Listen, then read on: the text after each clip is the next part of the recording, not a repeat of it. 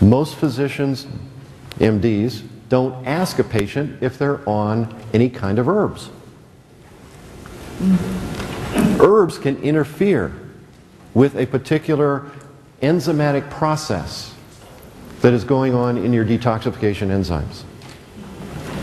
So if you have this information, you can alert someone in advance that there is going to be a problem if they take, say, St. John's wort for depression.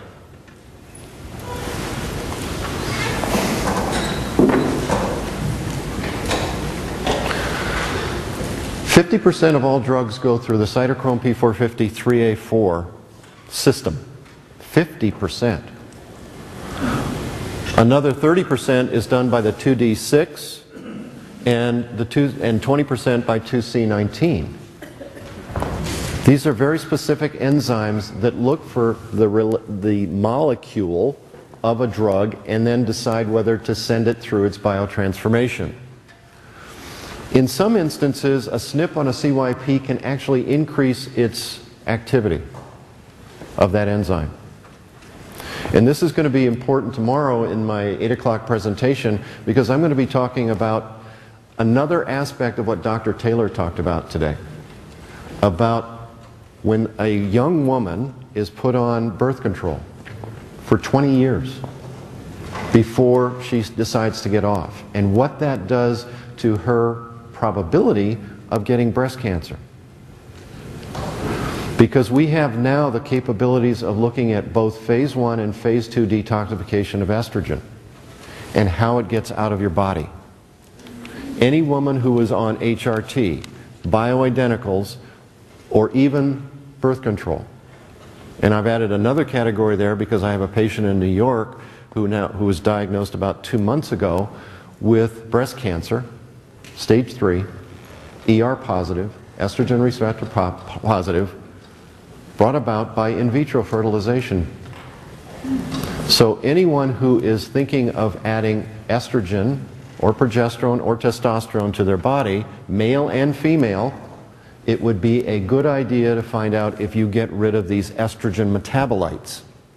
Things like 2-hydroxy, 4-hydroxy, and 16-alpha-hydroxyestrone, in addition to the 2-methoxy and 4-methoxy estrones.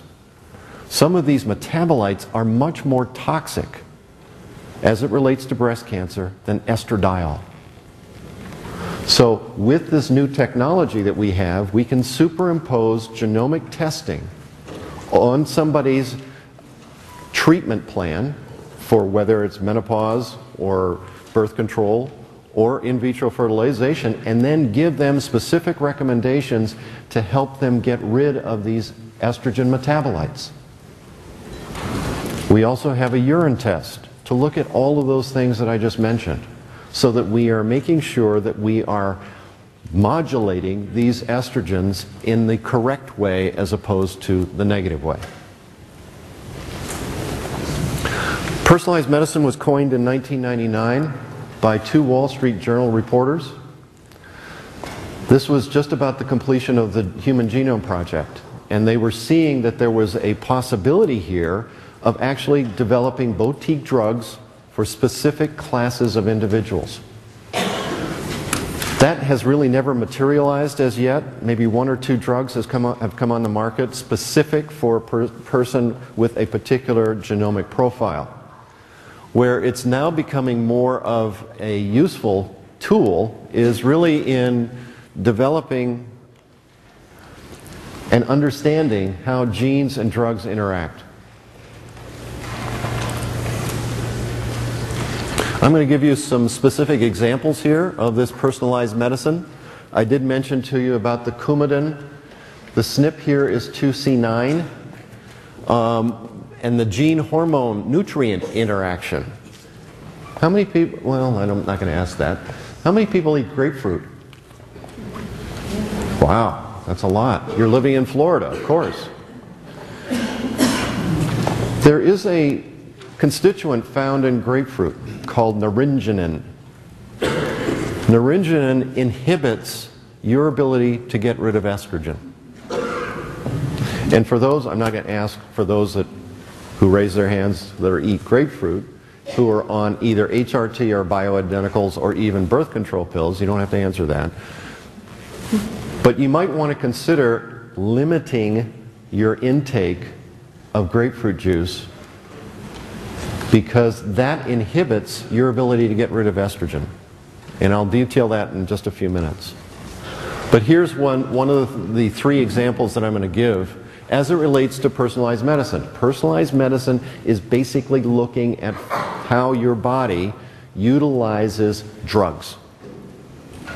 Individualized medicine, on the other hand, is actually looking at how you can use specific nutrients to influence gene expression. I had a patient about 3.5 weeks ago call me up and say, "Joe, I got a problem.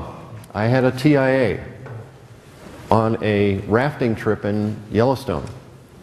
And I went, "Wow, okay. What did they recommend?" I have her genome and her results. And I said, "What drugs are they thinking about prescribing for you?" She said, "Plavix." And I went, "Not anymore. That's not the appropriate drug for you."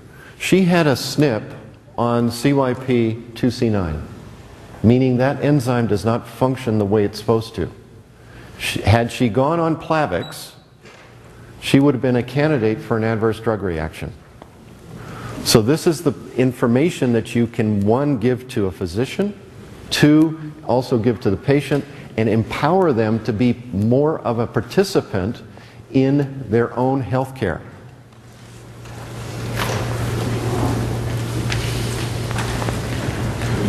Let's see.